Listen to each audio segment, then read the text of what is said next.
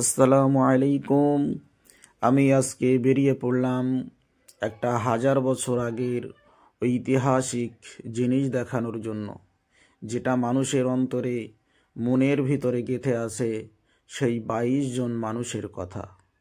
সেই কথা কোথায় তাদের প্রথম সৌদি আরব থেকে এসেছিল তারা, সেই আরব দেশ থেকে এসে কোথায় তারা বসেছিল আর কোথায় তাদের মেন জায়গা, সেটা আমি দেখানোর জন্য আজকে আপনাদের সাথে বেরিয়ে পড়লাম।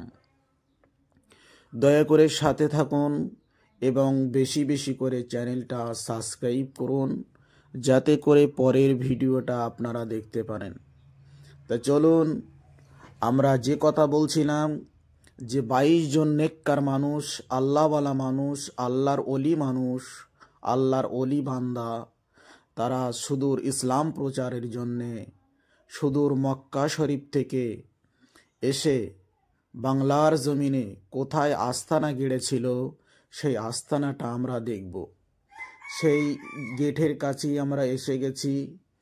লেখায় আছে, দেখেন এখানে একটা বোর্ড মারা আছে, বোর্ডে লেখায় আছে 22 জন আউলিয়ার কথা। কিন্তু মূল যে জায়গাটা, কোথায় সেই জায়গা? চলুন সেই জায়গায় যেখানে বসে তারা ইবাদত বন্দেগী করত এবং সেখান থেকে তারা দূরে দূরে ইসলাম প্রচারের জন্য বেরিয়ে পড়ত। এবং সেই জায়গায় তখন ছিল জঙ্গলে ভরা, বিভিন্ন রকম গাছগাছলা ভর্তি, জনশূন্য এলাকা, জনমানবহীন এলাকা। সেই জায়গাটায় এসে গেছি প্রায়, কিন্তু এখানে একটা মসজিদও নির্মাণ হয়েছে। বড় আশ্চর্যের বিষয়, এখানে ছিল কঠিন জঙ্গল। সেই জঙ্গলে জীবজন্তু অনেক কিছু বসবাস করত, কিন্তু এখন অনেক পরিষ্কার হয়ে গেছে, এলাকায় জনবসতি হয়ে গেছে। সেই 22 জন মানুষের কথা এখনও মানুষের অন্তরে গাথা।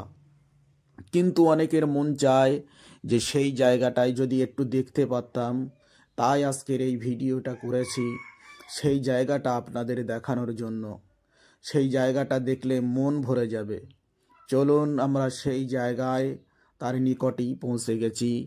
যে 22 জন আউলিয়া রহমাতুল্লাহ আলাইহি, তখন রায়েকোলা নাম ছিল না, রাহেলা কোলা নাম ছিল। এখান থেকে 1000 বছর আগের কথা, যেখানে 22 জন আল্লাহর ওলি এসে এই বিশাল জঙ্গলের ভিতরে এক জায়গায় বসেছিল।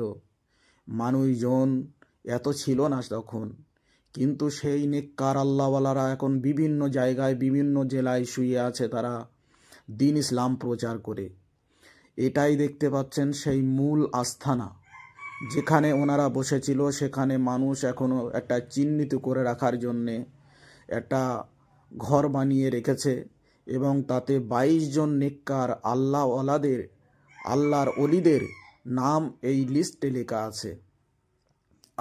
এখানে এসে মনটা বড়ই সত্যিই ভরে গেল যে সেই 22 জন আউলিয়ার নাম এখনও মানুষের অন্তরে বিভিন্ন রকমভাবে মনে আছে।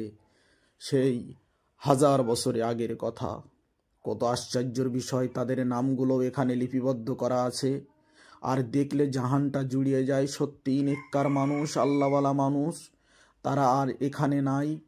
সব বিভিন্ন জেলায়, বিভিন্ন জায়গায় তারা জীবনের মতো নেহকাল ছেড়ে পরকাল গমন করেছে, এবং ধর্ম নিয়েই তারা ইসলাম প্রচার করে এখানে বিদায় হয়েছে। বিভিন্ন জায়গায় মাজার তাদের আছে। এর পরের পর্বেটা আমি সেটা দেখিয়ে দেবো কোথায় কাদের মাজার।